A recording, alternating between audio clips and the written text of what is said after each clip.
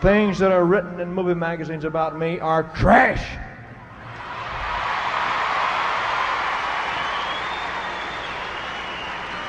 Rumors that you hear about me are trash. I'm an 8th degree black belt in karate. I am a federal narcotics agent.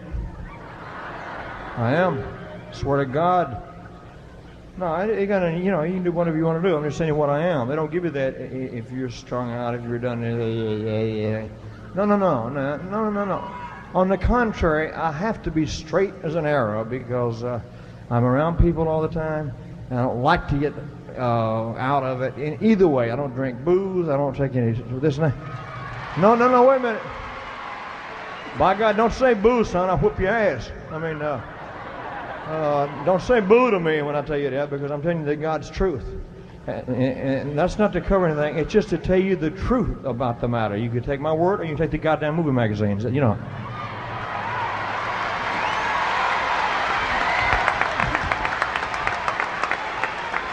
Also, when we go on tour, we have 3 airplanes flying. We have a Viscount, a 4-engine Viscount, a regular passenger plane for my band and all the equipment and my sound engineers and Joe Gershow's group and these fellows here. And then we have an advanced plane that goes ahead of us and sets up all the hotel, the security. And then I have a plane which happens to be the Playboy Bunny plane. Hugh Hefner's just got to be out of his gourd, man, I'll tell you. That thing looks like a, whoo, Lord have mercy. I can't tell you what it looks like. No, honey, you want this scarf? Come down here and be quiet.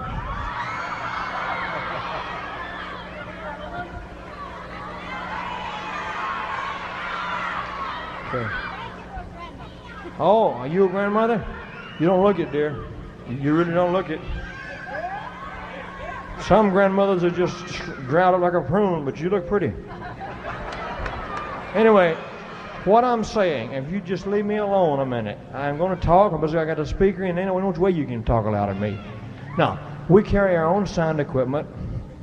We carry the best equipment that money can buy. We have the most expensive show on the road, but I do not care. I want the people to get the best. Hey. It was Colonel Tom who had pulled the artist from relative obscurity through to international superstardom. But by modern standards, he signed contracts that would not be acceptable. Most notable of these was the sale of all of Elvis's back catalogue to RCA in 1972 for a one-off fee of $5 million. Although a considerable sum of money at the time, this deal lost Elvis and his descendants untold multi-millions in the long-term residual payments. Colonel Tom was a larger-than-life character, a former impresario at the travelling shows. Colonel Tom's principal and only business interest was Elvis, for whom he relied on his income. Accordingly, the Colonel was very keen to protect his business interest and followed Elvis on tour. Elvis was contractually bound to a grueling schedule. 2 daily performances, after the latter of which Elvis would notoriously party every night away back at his hotel with his entourage.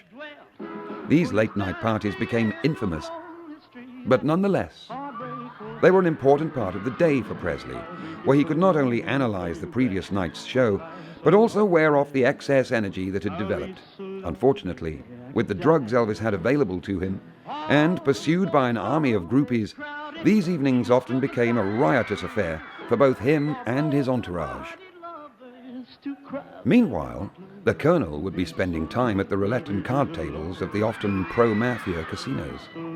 Here he would gamble every night away, sometimes winning, sometimes losing, and sometimes losing so badly that he could only secure the debt against a renewed contract between Elvis and the casino. But the Colonel was not the only one with money concerns. Elvis's record sales were not as globally buoyant as they used to be. He'd gone through a costly divorce, and he had a large number of staff kept on a payroll and an expensive lifestyle to maintain.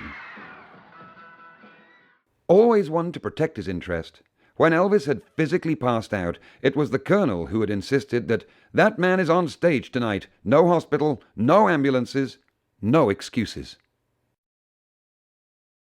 Many people have criticized the Colonel for restricting Elvis's tour schedule to America only. Restricting the King in this manner meant that his overseas fan bases were never consolidated, and Presley never built a base to centrally maximize on his revenue. The simple truth is that Colonel Tom wouldn't let Presley leave the country because he knew he couldn't go with him, thus keeping control over the performer.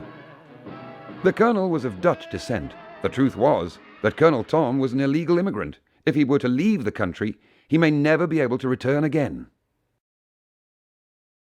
The comparisons between Elvis's performance on stage from the early days to the Vegas years